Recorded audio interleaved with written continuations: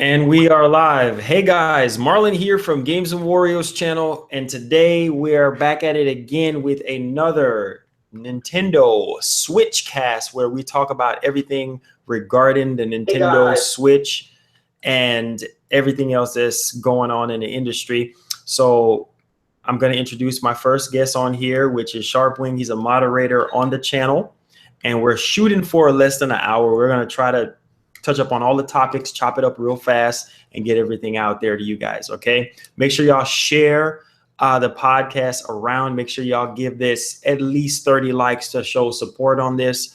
And we're going to go on with the topics at hand. And if there's any topics that you guys want us to talk about, feel free to leave it in the comment section because I will be checking the comments on the second screen here. So Sharpwing, go ahead, introduce yourself, and we're going to go right off into it. Hey, ladies and gentlemen, I'm Sharpwing. A lot of you might be familiar with me as I've been a moderator of the chat, not an active one, though. I do Let's Play videos. I do Gary's Mod animations. I do streams. I do podcasts. I do all sorts of stuff. And, well, today we're just here to talk about the Switch. And a lot of the Garlic Nation might be familiar with me. So without further ado, let's get this started. All right. So let's get this thing on the way here. So the first thing I really want to talk about with Nintendo is third-party support. And that's something very critical. And I know you said that you saw an interview with Pro Jared with Reggie, right? Yeah, I saw an interview with Pro Jared and Reggie as I was looking through on information on the Switch and things like that.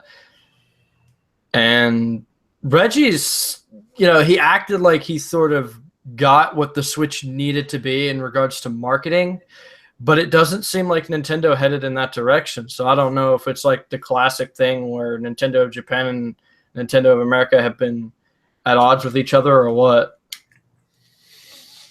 Yeah, it seemed like Reggie gets the memo, but like we talked about last night, I think it's with the higher ups at Nintendo, Nintendo Japan.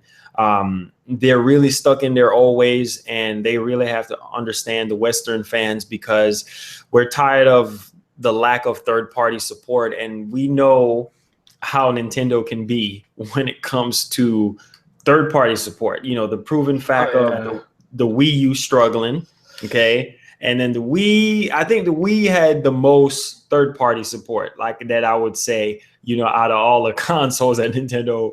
Oh, yeah. Besides the 3DS, because the 3DS is but that like third-party games, am I right? Yeah, and so it's just, I feel like there's just a lot of things missing there. Even during the presentation, they didn't really touch up on a lot of things regarding third-party support. The only thing that we have is that same old list from before the system came out saying that there's going to be over 50 developers. Well, I think during the presentation, they said that there was over 80 different games, third-party games that is coming out for the Switch. I hope so, man, because we need third-party support. Like there's so much games that are coming out this year like that are third-party. 8 third-party games in 1 year for the Switch. That would be pretty good. But it's like, as we've currently seen, I don't know how the Switch can hold up with third-party games. They say it holds up well, but then why is it that all these third-party developers are turning away from the Switch? Exactly. And I don't know what the problem is with a lot of these developers. I guess they're cocky or they just want to show off. But I believe the creative director for Titanfall 2, some website interviewed him and he was like, the Switch is a joke. They don't think that they're going to put Titanfall 2 on the Nintendo Switch. And I'm like, what? Like Titanfall 2 is not even a graphical demanding game, you know what I mean? So it's like Switch is gonna need like a AAA developer in order to break that mold. At least one of them has to at least give Switch a shot. And if not, then these developers are right about Switch being a joke. If it can't maintain to at least one AAA title at some decent specs to compete with the other two consoles, then yeah, to these developers it will be a joke. Yeah. Yeah, and all the way across the board, like I said, all the Nintendo systems so far have suffered the lack of third-party support, and you need third-party support to survive. Like, yeah, we know you have the hugest catalog of first-party stuff. Like, we know Nintendo got that on lock. They got the Metroids, they got the Marios, they got the Zeldas, they got the F-Zeros. I mean, the list goes on and on and on and on. Star Fox, I can keep going. You know what I mean? But the third party stuff we needed, like there's so many third party stuff coming out this year. For instance, Red Dead Redemption 2, I don't want to be like owning a Switch. Like, let's say if I'm just a Nintendo fan, I don't care about Sony or Microsoft, and Red Dead Redemption 2 comes out. I would love to play that on the Switch, on the go. That's something else that's something that Nintendo got that no other company have currently right now. And so if they can break that mold and start having developers jump on, but another thing is the Switch hardware, of course, it's more powerful than the 360 and the PS3. So I do believe that performance is not the issue. I think it's the finances. I think, the finances and the fact of them, going to the developers and actually opening up to them and say, hey, look, we need Call of Duty on the system. This is how much we're willing to pay. Can we make it a time exclusive? Something to give some sort of incentive to get people to want to buy the Switch version. Like, why should I buy the Switch version over the PS4 and Xbox One? Go ahead. Yeah, and sometimes it's dependent on the company. Some developers will only work on and develop games for something that feels easy for them, or something that they feel that they passionately enjoy. But I think that, if Nintendo does sweeten the deal, these developers will attempt to make these third-party releases. Right. But it's not a guarantee. It's not a guarantee. Yep. Welcome to everyone in the comments. Don't think we're ignoring you. We're just having a conversation. We're having this podcast. So if y'all have any questions or concerns, feel free to leave it in there, and then we'll try to touch up on it. Chris Nerd says, I think we'll be getting ports from the least demanding games from PS4 and Xbox One. Yeah, I do believe that, but we need those ports to be on the system day one. We don't need it to be like with the Wii U, months after you're coming out with, the game. And it's like everybody already beated the game already. So there's no sense in playing it over again on a different console. Like, we want the third party stuff day one, just like with the other system. Yeah, it's not going to be as powerful as the Xbox One Scorpio, which is coming out, or the PS4 Pro, or the regular Xbox One, whatever. But at least give Nintendo fans some sort of incentive, like, oh, okay, well, let me decide, should I buy for the Switch, or should I buy for PS4 or Xbox One? Let us decide, or PC, let us decide, But I really hope, for Nintendo's sake, that they really get the memo this time around and realize that third-party support is very crucial at this time. And also, I don't know what the deal is, but Resident Evil 7, I know a lot of people don't like Resident Evil 7. It didn't really do so well on the channel because I understand a lot of people don't like horror games. But this game is one of the best Resident Evil games, I would say, since RE4, because Resident Evil 4 was by far, hands down, the best Resident Evil. But Resident Evil 7, adding that adding that first person perspective to the game and staying true to the roots of what Resident Evil is all about, jump scares. And they didn't just stay true to the roots. They made it more horrifying than it originally was. Exactly. And that's what Resident Evil is all about. That's what it should be about. People will argue that this Resident Evil game that came out is what Silent Hills possibly could have been, and more. And that's why it's getting so much appraisal. It's terrifying. It's like a horror game, the likes of which the market has not seen in a long time. Right. And we were talking about this yesterday with Kojima. arguably the best, one of the best, if not the best developer in the industry. And, you know, when they were talking about Silent Hill coming out and they showed that tech demo, I was losing my mind. And so playing Resident Evil 7 reminds me so much of PT, reminds me so much of Silent Hill, because it's like, wow, like this game is polished and it's great. And the scare factor is there. Turn off all the lights and play this game. And I guarantee you, no matter how tough you are, you're going to break. You're going to break free because... And I will say, like, this game broke from the traditional Capcom charm. This game felt like something entirely different. You wouldn't even think it was published by Capcom. It's amazing. Yeah. And so how awesome would it be to have this on the Nintendo Switch platform? But IGN interviewed the creative director for this game, and they asked him, hey, would this be on the Nintendo Switch? He said no. There's no plans of it being on the Nintendo Switch now. We don't know if it's going to happen or it's just not possible. He didn't really specify, but Nintendo, if they're smart, because every Resident Evil game that you can think of was always on a Nintendo platform. Yeah. And so I feel like Resident Evil Switch or Resident Evil 7 Switch, whatever you want to call it, with just bonus content added onto it. Like I said, just give us incentives to pick this up. We're already playing this already on PS4 and Xbox One, but give us a little bit more immersion. You know, give us, you know, an incentive, like I said, to get us to play Resident Evil 7. But like I said, it would just be amazing, you know, with the portability of the Switch and with the Joy-Cons and everything. It would be mind-boggling. I think something that Nintendo needs to do with the Switch is they need to stop with the glitz and glam and the fashion show and the rumble and all that joke that they were showing. Those are just features. Those are just bonuses onto what the console is. But we don't really know what the full capabilities of the Switch console is. They left us completely in the dark about that. They need to do something that shows off the maximum potential, the sheer power that this Switch console could potentially have. We need to know what its limits are. Right. What it can and cannot play. Right. Because talking about the presentation, you know, it's again, when they show the presentation off for the first time, they spend so much time talking about the controllers, which we're going to jump on the controller after we finish with the online membership and the Zelda VR. But, you know, going back, because you brought the presentation, very good thing.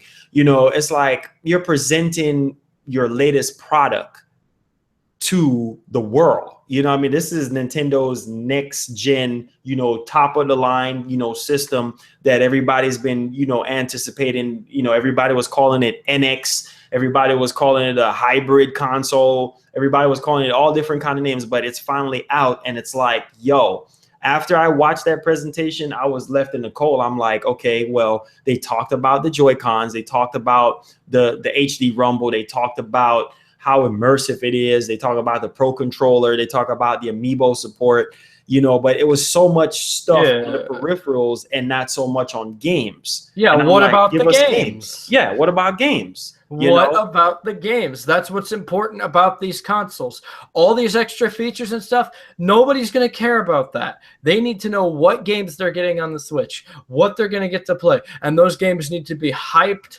and pushed out the door. Not too much hype. You know, we don't want another repeat of No Man's Sky here, but we want to know what games we can play. And we want to know what this console can do. Nintendo wasn't showing that. And maybe that's why they didn't appeal with these developers. Because, you know, you can't just shill out cash and expect these developers, oh yeah, we're gonna spend resources of our hours and time to dumb our game down to a turtle shell. Right. They'll only dumb it down so much. They'll only bring it down so much. And the standards at which the Xbox One and the PS4 operate is their limit. They won't go any lower than that. They said this far, no further. Yeah. So unless Switch shows they can perform at that level, these third-party developers aren't going to want nothing to do with it because they're not going to give much more effort than what they've already put into these two other consoles. Right. And we saw what happened with the Wii U. But, like, again, Nintendo, we're going to leave this topic alone because we're just going to be beating a dead horse here. Third-party support is needed. Like, it's a no-brainer. Like, if we don't have third-party support, your system is going to fail. I'm sorry. It's just like when people saw that Resident Evil wasn't going to be on here, they were just playing on their Wii U, and then they were just like, ah! Ah! They were probably just so upset. And, that was an exaggeration, but, man, you got to think. Some of these people are so compassionate and loving towards Nintendo, but it's just they were probably just so sad and defeated and crushed by that. Yeah, it's really sad, man. But like I said before, we're just gonna have to wait and see what the future brings for Nintendo. Hopefully, by the end of this year, we might see, or at least around E3 time, we might see some more third-party stuff on the console because the launch lineup of games that they do have is weak. Because all we have is just Zelda, and Mario Odyssey is not coming out till fall. Splatoon 2 is sort of up in the air. We don't know when that's coming out. So it's so much stuff that's going on right now that we need answers to. So we're going to move on here with the online membership. And I know this is something that we're trying to touch upon before we hit the glitch problem. But online membership, Nintendo's first attempt at charging for online, which I'll be a hypocrite to say, oh, well, you're charging for online. That's bad. No, I'm not saying that's bad, or I'm not saying it's good. I'm just saying, what are the incentives that you're going to give us for charging us? Yeah, they need to feel like they're paying for more than just being able to use the internet they already pay for.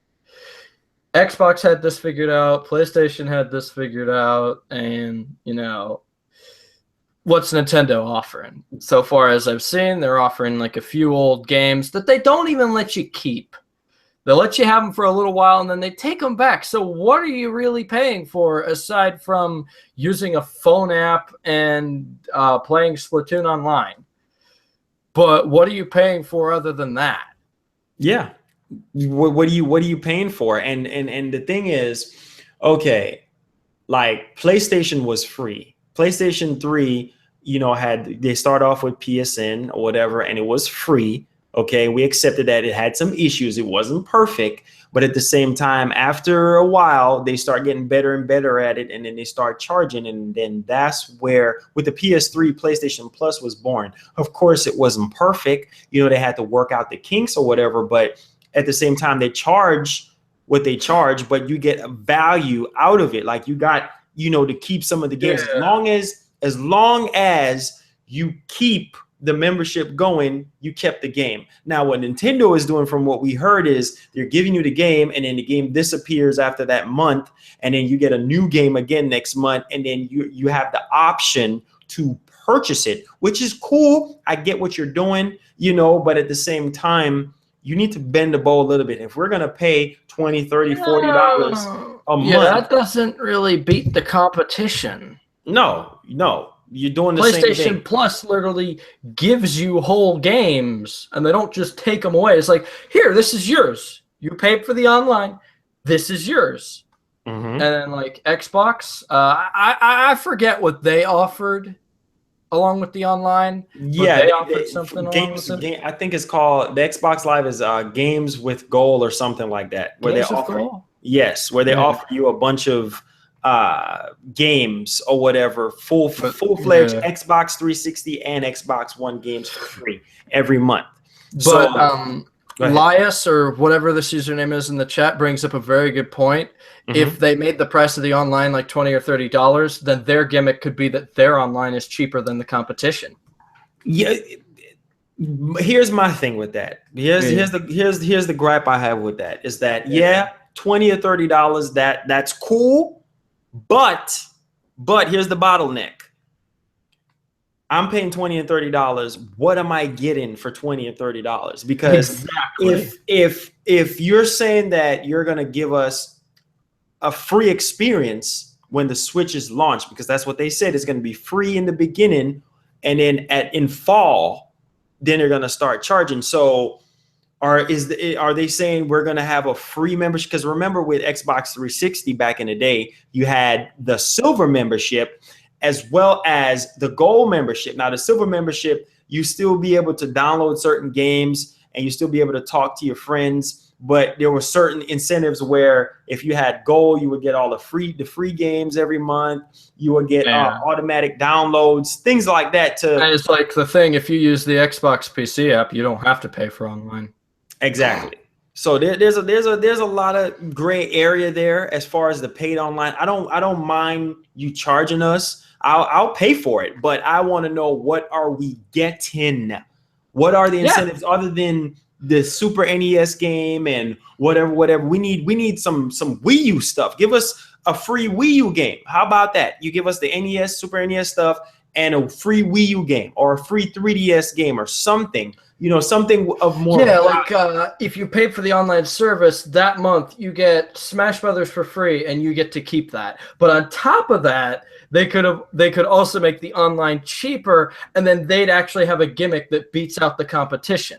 Right. Get a good game plus a cheaper online experience that doesn't detract from its quality, and hopefully some third-party games. Okay, see, this is the segment where we jump right into the comments. So my man Herp123 Laugh Out Loud says, I would pay $60 to $50 a year if I get good games like GameCube, Wii U games. Yes, that's the same thing. That's the same. They could give you free Abandonware games every month and let you keep them for paying for the membership.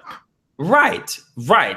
And another thing is, like, that would give us more value. And that's what I'm saying. Just give us more value, more incentives, and people will buy into it if it makes sense. And they'd be feeding to one of the most powerful things in the market in the right way. Yeah. Nostalgia, and people don't mind backwards compatibility, so if that's the case, like, a lot of the NES and Super NES games people already played already, but nevertheless, this is going to be a very, very amazing experience to see how they're going to execute the online portion and how much they're going to charge, because they can't charge too much, being that this is their first time, charging for online. And all I'm saying is, it better be good. I better be able to add friends. I better be able to voice chat with friends, like how, it is with the Xbox Live. I should be able to just hit my friend up and just be able to talk to him. No issues. I should be able to have auto download stuff like with the PlayStation Plus, where you could just automatically download updates, automatically download a game or something like that. Just give us a lot more incentives for what we're paying for here. So it's yet to be seen. We're just gonna have to wait and see, what they come up with. Before we move off into Zelda VR, we have another comment here. Ty Hook says, "Did you hear about the Pro controller being sold out on Amazon?" So I saw that, Ty Hooks. We're going to talk about the controllers now before we jumped on Zelda VR. Now, the controllers are ridiculously expensive, okay? Like, the Joy-Cons are $89. Are you kidding me? Like, the Joy-Cons are very expensive, and then the Pro controller is like $70. Like, that's crazy. So yeah.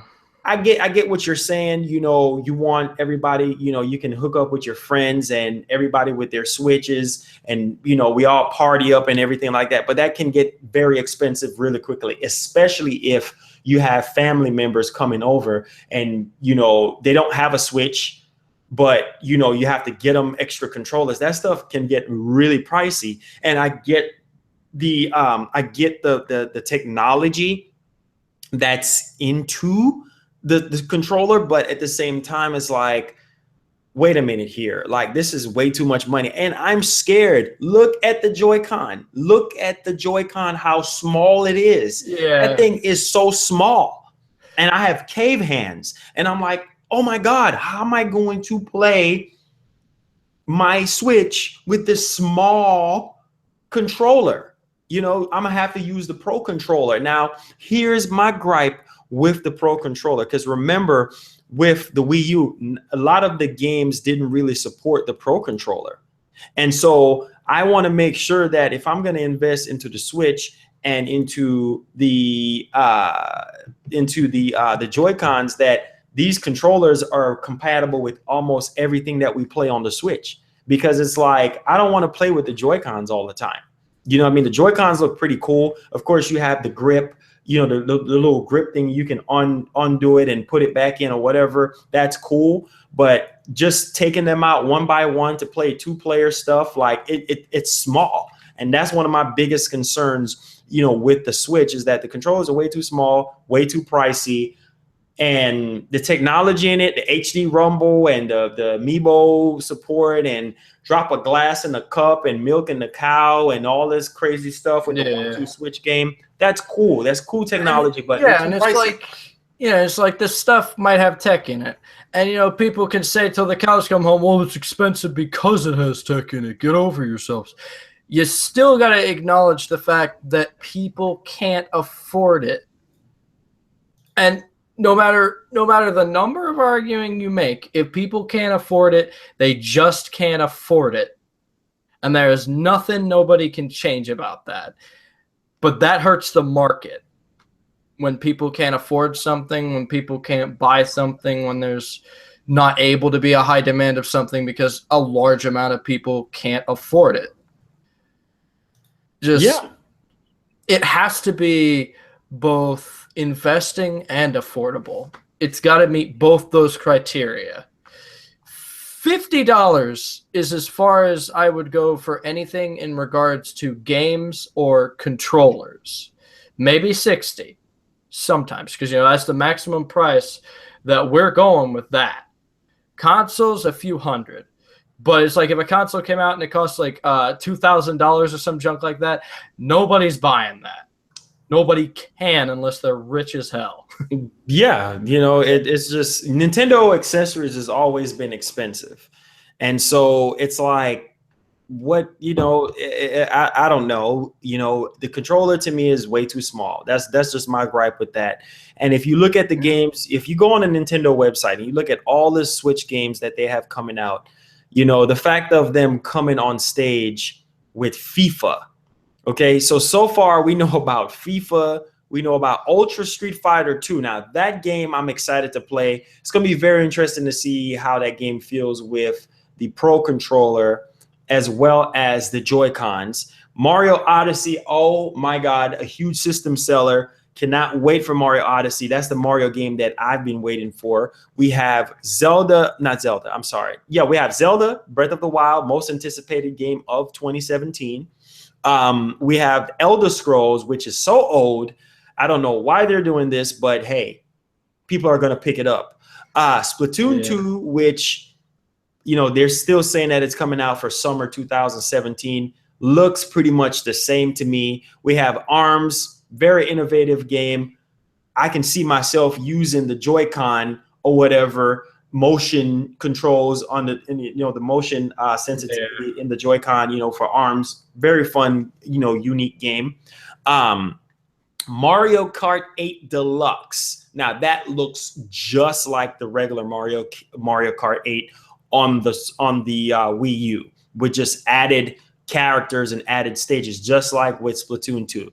We have Has Been Heroes, that I believe that's a launch game as well. That's an indie game. We have Just Dance 2017. Come on now. We have Snippers, Clips, Cut It Out Together. That's another, you know, indie game. We have 1-2 Switch, which that's pretty much like Wii Sports or something that they bundle with the system. That's pretty much a party game right there. So you can't really count that, but I guess it's something to play on the Switch. Super Bomberman R, that's going to be cool because I grew up playing Bomberman. Bomberman's great. Right. What else we have? We have Minecraft again. Tired of Minecraft. We have Fast RMX. That's similar to Wipeout HD. What else we have? Rayman Legends Definitive Edition. Here we go again. They're still trying to rehash these older games that we already played again. Nintendo get the memo. We don't want to play these older games. We have Rhyme. We have Shimigami Tensei. Now that I'm looking forward to playing. Siberia 3, Steep, Project Sonic 2017. Yes, I'll be buying that for the Switch. Like that game, I cannot wait for Project Sonic 2017. That looks great. That's going to take, I think, very good, it's going to take up some resources on the system because Project Sonic looks incredible, as well as I can't wait to see how it's going to turn out with the Joy-Cons, playing that with the motion sensitive, playing Sonic. Wow. Amazing. We have 2K18. We have Lego City Undercover, and we have Sonic Mania. Woo! We have Sonic Mania. And what else? Skylanders. Don't care for that. So when you really look down the pipeline, man, there's really not a lot of stuff, coming out for the Switch that you're like, oh my God, besides Zelda and Mario. Now, let's talk about the systems really quickly. Come on, Nintendo. A red and a blue Joy-Con colored controller for the same, both the systems are going for the same price. No games bundled with it, nothing, just a dry system. Who does that? Who comes out with the same SKUs? Like literally. I'm pretty sure like even PlayStation 4 and Xbox One had some games bundled with it, I think. Yeah, almost. Sony always bundle their they always come out with some. Yeah, because they realize, like, okay, some people, they're going to be spending hundreds of dollars on the consoles. If we don't give them anything to play with it, it's like they purchased a box with nothing to go with it. Exactly. It's like, so you got to go out there, you got to buy the game. Also, I'm not done yet. Accessory wise, I'm so glad we're talking now. Okay, now Nintendo, I feel like it's taking 2 steps backwards instead of 4 steps forward. Now, with the accessories, a lot of companies like Snakebite and I believe PDP has jumped on board to make accessories for the Nintendo Switch. Now, one of the biggest bottleneck of Nintendo consoles is the online experience, being able to have the freedom to talk to your friends. And so this jibber jabber of paying for an app on your mobile phone to talk, that's ridiculous. But that's gonna change just a little bit, because according to PDP and I believe GameStop, there's a headset that PDP is making. It's gonna have a 3.5 millimeter headphone jack where you can plug it in on top of the Switch. As y'all can see, if y'all look at the Switch, it has a 3.5 millimeter jack, like right here, where you can plug it in. And so that's basically telling a lot of people that there's a possibility for us not to have the app anymore, which, oh my God, please, Lord God, let that be so, because that would just be amazing for me just to plug a headset into my Switch and be able to communicate and not use an app on my phone. Like, that's ridiculous. I don't want to be able to use an app on my phone. I get why they're doing this, because of pedophiles and crazy people online and people talking to kids crazy. Nintendo is a kid-friendly console. I get it, and I also get it because of the mobile aspect of everything. They're trying to market this thing as a mobile on-the-go system. Go ahead. It's the reason that like Nintendo has this stigma is because they haven't been on the top of their game for years. They've mostly made their console exclusive titles, which, they are classics and they are amazing in their own right. But when you have all this E-rated kid-friendly stuff, you get this stigma that Nintendo is the kids' console, because they don't have anything M-rated, they don't have anything ultra-violent, they don't have anything adult. E-rated is not an option with Switch, because it wasn't an option with Wii U, because a lot of the titles that they released were E-rated. And if they don't get any third-party games on Nintendo, unless Nintendo decides to make something ultra-violent and crazy, which, wow, hell would freeze over if they did something like that, it's going to be considered the kids' console again. Yeah, exactly. And so, like I said, I want to be able to have the freedom to talk to my fans, and they have to work on voice chat. It's like a must. You know, if you don't have voice chat in 2017, I'm sorry, you have nothing. Like, you have to be able to communicate. I don't want to be able to use my phone, download some app, pay for it just to talk on your console. That's ridiculous. That's a slap to the face, and they need to get it together.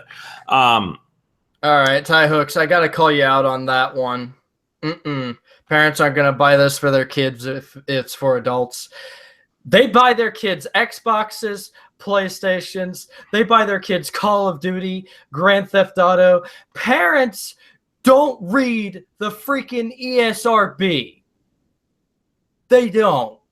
And some, you know, they do let their kids play adult games, and they do teach them about the dangers of adult games. But let's be honest here. ESRBs, ratings, and whatever these consoles are marketed towards doesn't matter. It'll attract in anybody. So many different companies and products have shown that so many different people will be drawn in. And on top of that, just having some M-rated and T-rated titles on your console doesn't make it for adults. In fact, you would argue that consoles are for everybody. They don't have a specific age demographic. They shouldn't. The game should be for everybody. And the ESRB ratings are there so parents can't bitch about it. Right. It's literally the only legal protection these developers have is the ESRB rating. Right. You know, like I said, man, it's Nintendo. They got to get it together.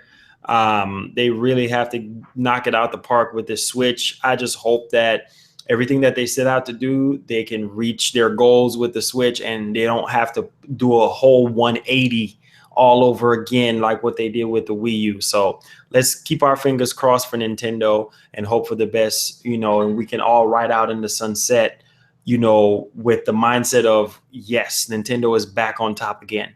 Now, $300, they're not going to want to replace every month. Yeah.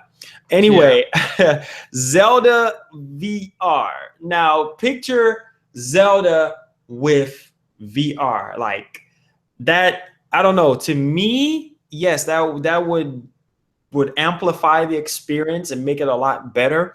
But according to EJ Anuma, he said no, he don't feel like VR is a good fit for Zelda.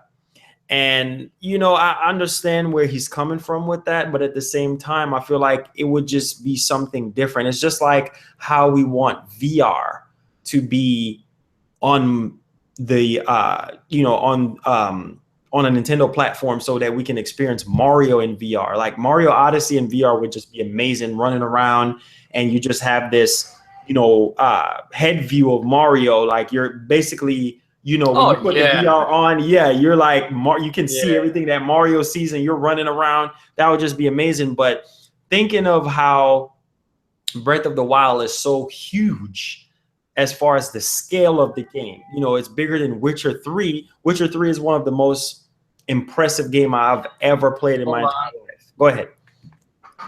Just a quick second, I'm being called. Okay, sure. Let me go ahead and answer some questions real quick.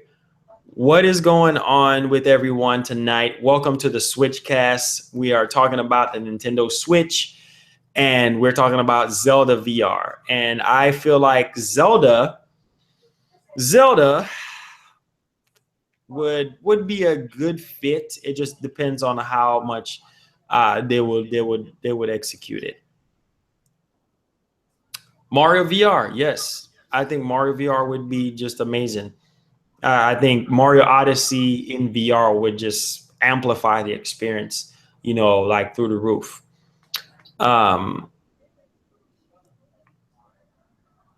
Zelda VR would get Game of the Year or Mario VR. True. Yep. Any more questions, guys? Feel free to pump any questions in regarding to the podcast.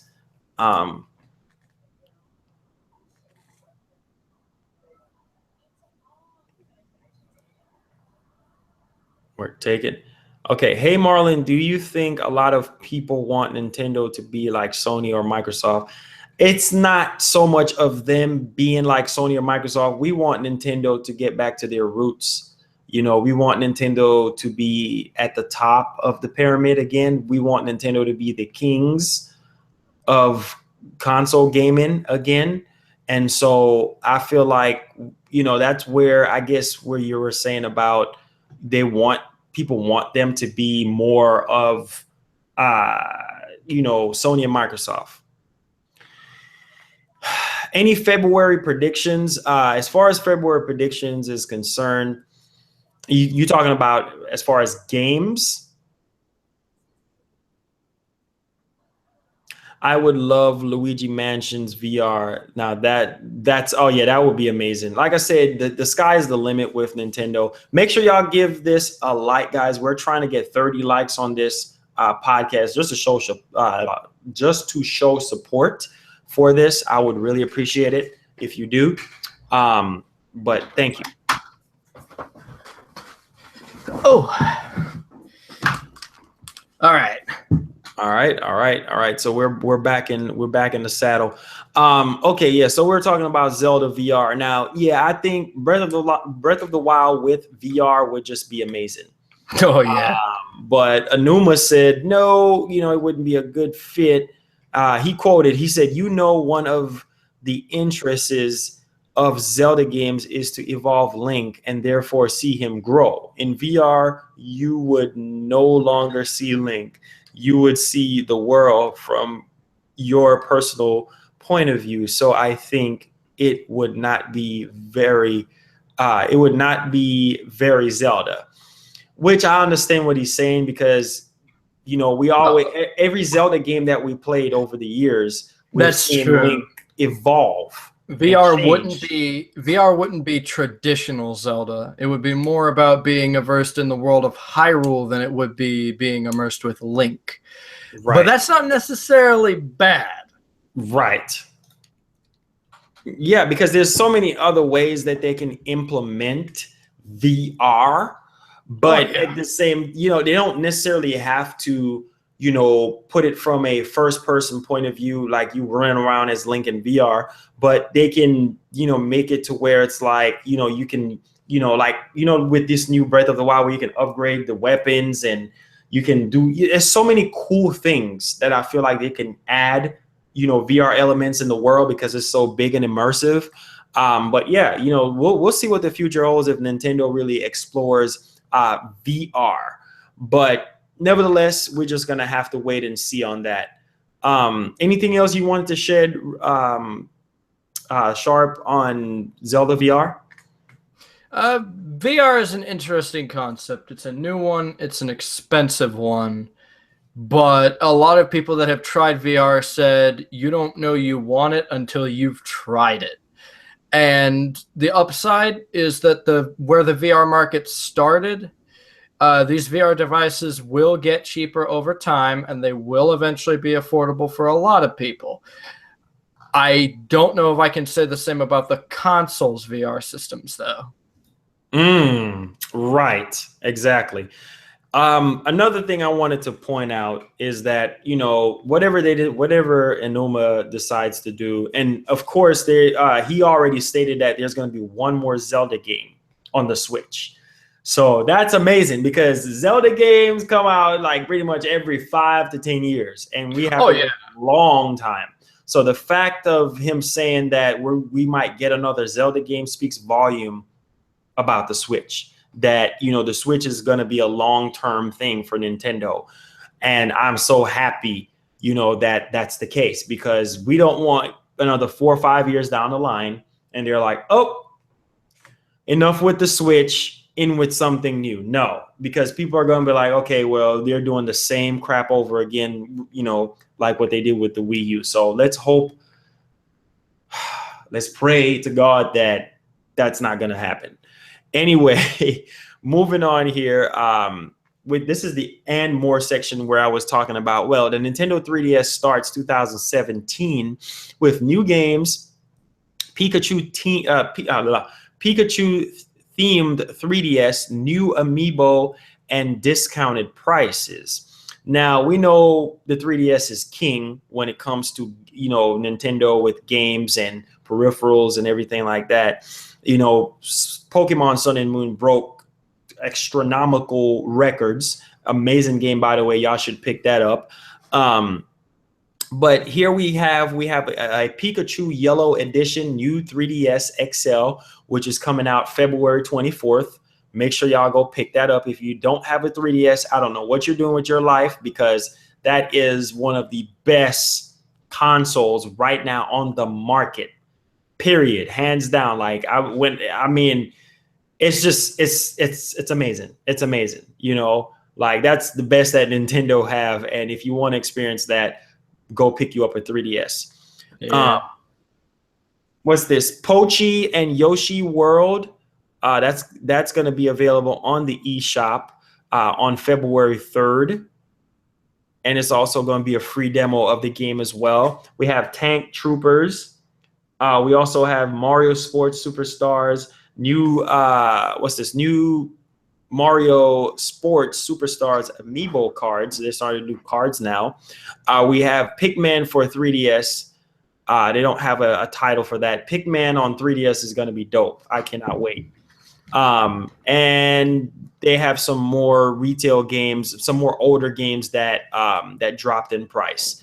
But yeah, you know, like I said, man, Nintendo, they have to bring their A game. March 3rd is around the corner.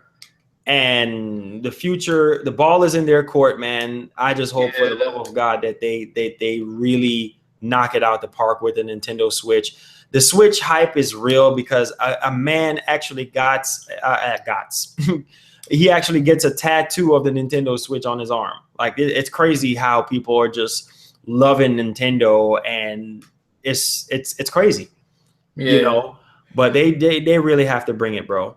And it's like, one thing that Nintendo's really got to do is they've got to lift their policy on Let's Players and streamers. If they don't, they're outright rejecting word of mouth, and the only news people can be given about the Switch is from the developers themselves. A very non-transparent, very long-term waiting period to hear new things about the consoles and things like that. And, you know, when Let's Players and streamers are drawn away, gaming press tends not to address it as much either. And, like, they've got to lift their policies on what they've currently got going on with Let's Players and streamers. If they don't do that, word of mouth is already dead for this console. Because Let's Playing and streaming, that is our word of mouth for these games and these consoles and these developers. You know, like, and I'm not saying, oh, we're entitled to that, but we're the people. Do we want to hear about our games or not? Because apparently Nintendo doesn't if they don't lift the damn policies, and that just don't seem right. Yeah. The word of mouth is the best thing. I mean, guys like myself, which is a Nintendo brand ambassador, you know, I need to be able to get my hands on the Switch. You know, couple of days, I would say maybe February 27, 26, I need to have my hands on the Switch, unboxed, demonstration, review what you're getting, the games. You know, I should be able to clarify all of that. That's true word of mouth. And so I need to get my hands on the Switch, which I'm pretty sure that they're going to send me the Switch. They send me a 3DS. They send me a host of other things. So I'm pretty sure they're going to send me the Switch for me to review it and for me to play the games. But you guys know that I'm going to be upfront with y'all about the Switch, my thoughts on it, the plus, the minuses, you know, if it's worth picking up, and, you know, the overall feel of everything, you know, because it's one thing to see things, you know, on TV and on YouTube, but once you have it in your possession, in your hands, it's like a whole different ball game. And it's like, go ahead. The road to that whole marketing thing is to make people want to have it in their hands. If this is a good console, a good system, you have to pull out all the stops to make people want to bring this console home today, to have it in their hands. Because if it's a good console and they just have it in their hands, that's it. That defines it as a good console. That is what will make these consumers decide that they want more. But when you kill word of mouth, when you get all these other things out of the way, what have they got to go off of? And a thing that Fuego's talking about here, Nintendo's giving devs a way to make affordable budget titles. If that's the case, then that means this comes off the sole purpose that a lot of these devs don't trust Nintendo and don't think, despite what Nintendo's saying, that the Switch can handle their games. Nintendo has to earn their trust and show them, if the Switch can, that this Switch can run the titles. And the biggest thing would probably be just to release the friggin' specs. This is probably the easiest way. Mm-hmm. And here's a very important topic that I'm going to throw out here is that this was an opinion piece that was written by someone. He said, why Nintendo Switch will be the next Wii and not the Wii U. Now, I'm going to answer that because here's the thing. The Switch will not be the next Wii U. The reason why is because if you look at the similarities of the Nintendo Switch and the Wii U, it's pretty much the same. Okay? Like the only difference is exit the console, okay? And you have this frame here. It's basically the same thing with detachable controls. Let's say if the Wii U tablet controller, the sides were detachable, it's the same concept. Because if you think about it, the Switch should have been the Wii U in the first place, and the Wii U should have been the Switch. Because think about it, the whole portability, this thing is designed to be portable. The Wii U tablet controller was designed to be portable. Okay, your mama want to watch her soap opera. Okay, she changed the input. Now the game is on your Wii U pad and you're able to take it away. But guess what? You can't take it away too far away from the console without it saying interference. You need to get closer back to the console. Now with the Switch, you have infinite portability. Now you can take the Switch wherever you go. So of course it's not going to be like the Wii U. Because it's better than the Wii U. Where the Wii U failed, the Switch excels. It is better than the Wii U. There's no doubt about that. There's no doubt about that. You see what I'm saying?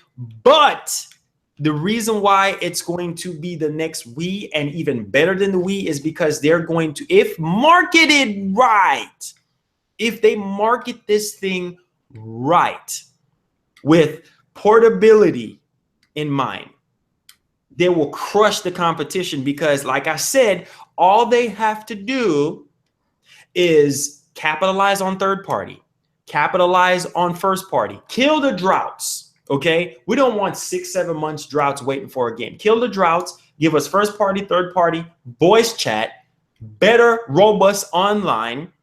Okay, and we have a killer, spectacular system. Nintendo can get back at the top of the mountain where they belong if they market this thing right, if they execute this thing right, the mobility of this thing. I would love to play Grand Theft Auto 6 on the Nintendo Switch. How amazing would that be? Okay, I'm playing Grand Theft Auto, boom, dock it, take it on the plane with me, finish playing that's just amazing. There's no other company that's doing that right now. Yeah, Sony tap into that whole thing with the Vita, where you can, take your PlayStation 4 games on the go with you, and you can see the PlayStation 4 menu, but it's not executed right. They didn't really market that aspect of the PlayStation 4, taking it on the go with you. But the Switch is just amazing as far as the way how they explain it. They didn't really explain so much of the portability, but just looking at the system and what it's designed to do, if they market that thing the right way, I'm unstoppable. Go ahead, man. Yeah, definitely. They've got to market it the right way. And a huge thing is, one huge way that they're going to market it better is by opening the floodgates. They've not only got to tell, oh, hey, we got all these games. Look at this. Yeah, we got this. And we got this. And never mind the Rumble. In fact, they just need to straight out say, ignore the Rumble. Just they need to make up for that mistake and just be not talk about the Rumble at all beyond this point. Talk all about the games, talk about what their consoles can do with these games, and strike a deal. go to all these developers and be like, oh yeah, we got this game, we got this game, we got this game, we got this game, we got so many games, man, we got games coming out the wazoo. And on top of that, we gotta be like, oh yeah, streamers, let's players, come over here, play our games, tell people about them. They need to do that. They need to be a force for positivity. Because do people really look at, oh, you know, Nintendo's charging people to stream their games. Oh, Nintendo's charging people to talk about their games. And like, does anybody look at that as positive? Does anybody look at that as a thing to smile about? Oh yeah, it's so great that my favorite streamer was charged to play Smash Brothers. Oh yeah, that's so great. So great. I'm so happy. I don't think anybody ever said that. Yeah, you know, it's like I said, it's just one of those things. And the storage. Last thing. Like, what they did with you and those titles and stuff, and they were giving you those early releases and letting you stream them here and stuff is great, but they got to do more. You know, they can't just limit it to, oh yeah, Nintendo reps are the only people that can stream and review our games. That is so restrictive. That is so one-sided, and that's giving people like 35% of the entire pie. They want that entire pie. They want to take that pie and put it in their fridge and save it for later. Right. But you're like saying, okay, this is all the pie you're getting. Go home. Yeah, shit. Like 32 gigabyte of storage is basically deja vu. The Wii U had 32 gigabyte of storage, and it was lacking expandable storage, big time. And so Nintendo is retracking their steps again. And it's like they learned nothing. Like you look at the PS4 and the Xbox One, how massive the hard drive space can be. You know what I mean? Like you know, you can go up to 2 terabytes, right? And some of these games, you can fill up a terabyte with 15, 20 games because at minimum, these consoles have to perform at least 1 terabyte minimum. Yeah. And 1 terabyte. 32 gigabyte is nothing. Now there is a rumor saying that, you know, they should have a 2 terabyte SD card, which there's no such thing as a 2 terabyte SD card. But, you know, Nintendo, they have the money, they have the power to make, you know, a storage device like that and sell it separately, you know, because that's gonna, you know, that's ridiculous. But that's going to cut into the sales if they have to make a separate storage device for all that memory just for these big games to play. And that's more add-on shovelware. Like all that junk they made for the Game Boy Advance that people never used. The light, the weird headphones, and all this junk that they added to it.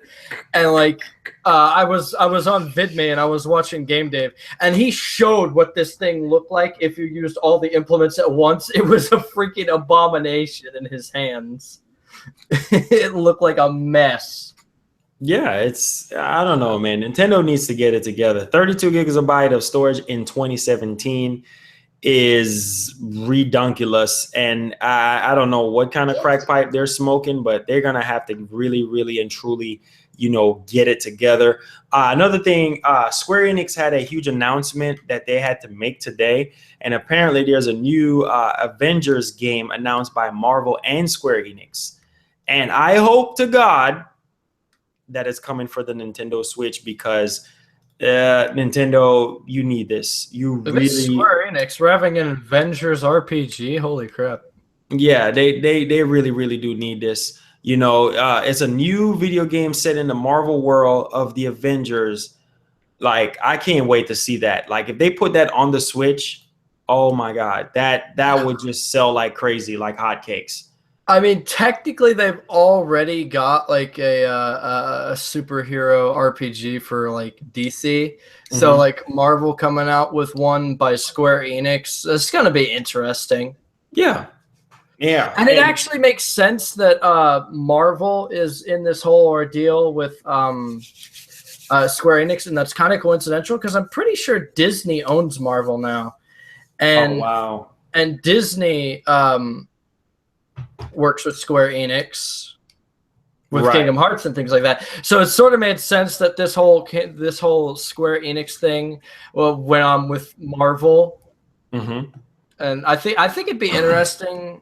Like if people were talking about this, they need Kingdom Hearts on the Switch. Please, oh my God! Look here right now. You took the word out of my mouth. Okay, like literally. Okay, when we heard about what the Kingdom Hearts and Final Fantasy 7 and Final Fantasy 15, all these Square Enix titles, like Nintendo would be smoking some really good crack if they don't put Kingdom Hearts 3, one of the most anticipated game from Square Enix, alongside with Final Fantasy 7. Not so much Final Fantasy 7 because we've been there, done that already, but Kingdom Hearts 3 on the go? What? That's what I'm saying. Like, they have the ability to shut down Sony, to shut down Microsoft, work with Square Enix, give us some bonus incentives, give us some bonus contents for Kingdom Hearts 3, where if you don't get the Switch version, then you're not going to be able to experience this kind of additional Nintendo content. has this opportunity at their doorstep. Disney's smart, Marvel's smart, but since they're working with Marvel and Square Enix is coming into the picture for this Marvel Square Enix RPG thing that's probably coming to the Switch, they could sit down behind the scenes. They could say, hey, Marvel, could you get in contact with Disney? They could sit down at the board with Square Enix and Disney and be like, we need to stop Kingdom Hearts 3 from being a Sony exclusive. We need it on the Switch. Yeah. How are we going to do this, Disney? How are we going to do this, Square Enix? I like I said, the fact of them having, and it's not impossible. It's not impossible. Yeah. Nintendo succeeded in getting some Kingdom Hearts games before for the Nintendo DS. So this sanction with Kingdom Hearts being a Sony exclusive isn't a full thing. There's a chance. There's a chance it could be on the Switch if they work something out with Disney and Square Enix. And I don't even know if you can get in contact with Nintendo or something as a rep gamer and stuff. They send you to conventions and games and things like that. I don't know if there's anybody up there that you can contact. But if you can, somebody in contact with Nintendo has to suggest this idea. It's not impossible. They got these Kingdom Hearts games on the Nintendo DS. Nintendo has some sort of ordeal with Disney and Square Enix. Right. They got to be able to work something out.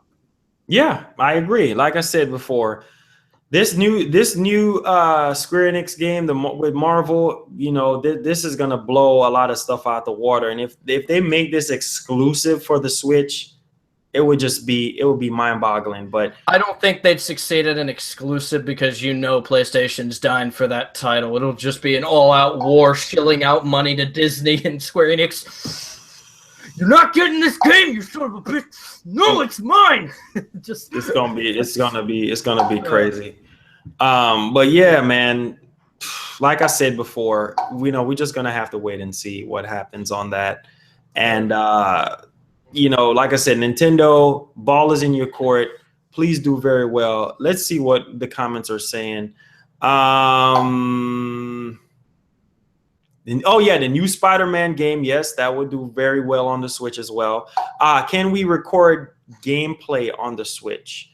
I've heard that there's a share button on there that you can press to record video and to do screenshots. But as far as streaming, no, I don't think you'll be able to stream directly from the Switch.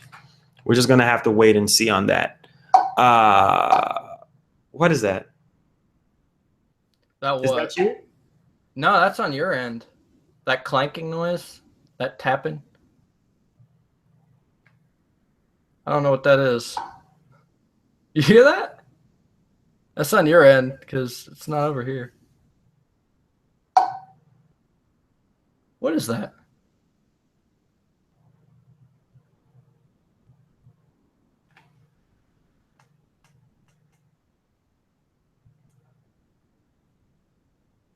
What the heck? I don't hear no more at all. Like, what the heck? Oh, somebody said somebody's behind me. Ghosts in Marlon's house confirmed. Hey, man, they sent some Nintendo ninjas at my house because I'm like, what is that? I'm over here talking about the Switch, and next thing I know, Ninjas. Nintendo ninjas just appeared at my doorstep. Why are you talking about the Switch, sir? Well, it's like, all right. Even if they restricted everybody from talking about the Switch, you'd still be allowed to because they have you on as a representative of their games, as a community representative. Right. So it's like you can talk about these Nintendo products all you want. And I don't know. I don't know if you actually have the power to make suggestions to them or meet with a consensus or things like that. I don't know what they give you in benefactor to that. Yeah, I mean, like I said before, we're just gonna have to wait and see, man. It's Nintendo. They have a lot of potential to do right with this system, with the mobility of the system, and we need games. Now, let me see in the comments before we shut this podcast off. Let me see in the comments how many of you guys are excited about Resident Evil 7. I need to see a thumbs up or a thumbs down or no, yes, whatever. I need to know because this game is really good. It's very realistic, and I feel like it needs a lot more attention than what it's getting. That's why I'm supporting it. That's why I'm doing it on the channel. But I just want to know. Oh how yeah, many of you guys are. This game needs to be in the line of running for Game of the Year. Mwah. At least that. Contender, yeah. So a contender at least, because there's probably plenty of good titles coming out this year. But Resident Evil 7 at least needs to be a contender. It's gotta be. Yeah. It's most definitely, man. It gotta be because there's so many things that are coming out this year. You know, you have Horizon Zero Dawn, which is coming out real soon, and that's going to be an amazing experience. Yeah, I don't own it yet. Focus on the Switch. Okay. Hardcore. Yep. Horrorcore. For real. I hope Resident Evil 7 comes to the Switch. I hope so too, man. I hope so. It's gonna happen. It's gonna happen. Nintendo's had relationships with these guys before, but they gotta mend bridges. They gotta be like, I'm sorry. We'll do whatever you need us to. We'll make accommodations. What do you want from us? Right. Yeah. They're gonna have to bring their A game. They need this. They cannot act like they're on the cream of the crop and they're top of the barrel this year. They got to be going to these third-party developers, making time for these people, treating them like they're important people because they are. Licking their shoes if they have to. Come on. Nintendo's got to get humble with this crap and be like, we need you. Really bad. We need it really bad. But on that note, we're going to go ahead and end off episode 3 of the Switch Cast, which we're shooting for every Thursday. So make sure y'all come through next week. By then, we'll have a lot more topics about the Switch, and this is where we talk about everything about the Nintendo Switch. So make sure you share this around. Spread the word. Word of mouth is the best thing. So make sure you talk about the Switch Cast, get some more people in here so we can have a great discussion. But with that being said, we're going to close this out. I'm going to be streaming some Resident Evil 7. So if you guys want to come through, show your support, I would really appreciate that. Got to finish the game off before I give you all a full-fledged review. It's funny how you brought that up. Can we watch movies on the Switch? No. Not at launch, which is the same thing that they did with the Wii U, which I don't know for the love of God why you don't have YouTube app, Netflix, all these streaming services available at your disposal at launch. Gamers use social media just about as much as anybody else, and having these consoles designed for social media at launch, and having social media on there. It would give them a purpose, like let's do this stuff like that. And like Xbox One and PS4 went a mile beyond, considering they oriented a lot more to being able to stream from the consoles, being able to post video clips and stuff of the games that you were into your friends. Xbox One added this new feature where you have clubs. So you have like these massive, huge, enormous communities you can have on the Xbox network. Right. I saw that recently, and that's not a bad idea. Not a Building bad idea. community between these gamers will help settle the bitterness. And you've seen these Nintendo gamers, these Xbox gamers, these PlayStation gamers, even these PC gamers are coming together on Reddit, Twitter, and stuff like that. And they're just talking about the games they want now without discrimination. And we need more of that. And we need more of these developers and these console creators and these companies like Nintendo and Microsoft and Sony to realize it's about these gamers. We got to give them what they're asking for at any cost. That's how we're going to make a profit. We need to please these people. Right. Just to let you know, 8-bit, the job of a moderator is to make sure the trolls goes away. Make sure that you share the stream on social media, Facebook, Twitter, everywhere. Make sure you engage with the chat audience, and you have to be a frequent subscriber, to the streams and stuff. That's the job of a moderator, just to make sure all of those things are done. But on that note, we're going a little bit over schedule here. We're going to go ahead and close this out. Thank y'all so much for the support. I mean, we got 14 likes on this, which we wanted 30, but we're going to accept 14.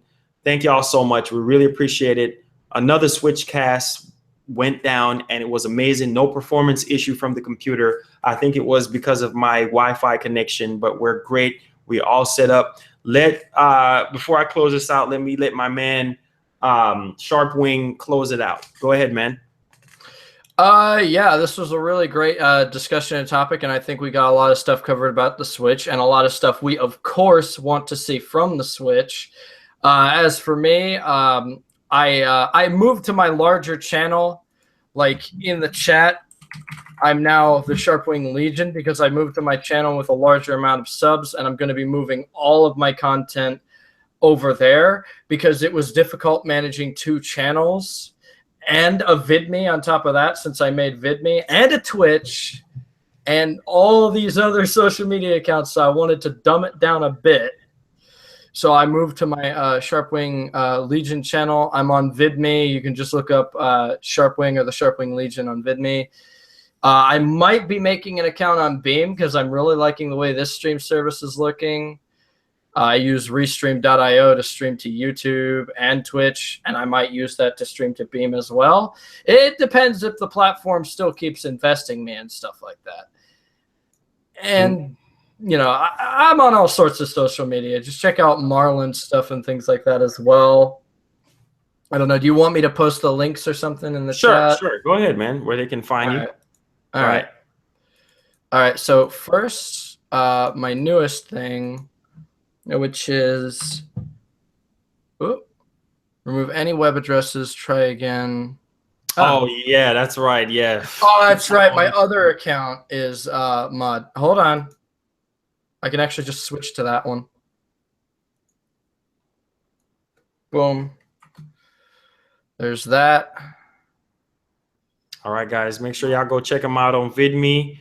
Just check out his channel. What's it? Sharpwing Legion. The Sharpwing Legion. The reason I called it that was because it's a massive community now, and I've got leagues upon leagues upon leagues of content. So I didn't want to restrict it to just gaming.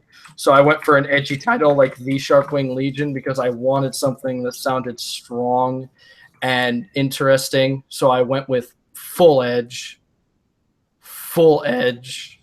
complete edge. Okay. Like so much edge, it's salty, man. There's that, and of course my Twitch.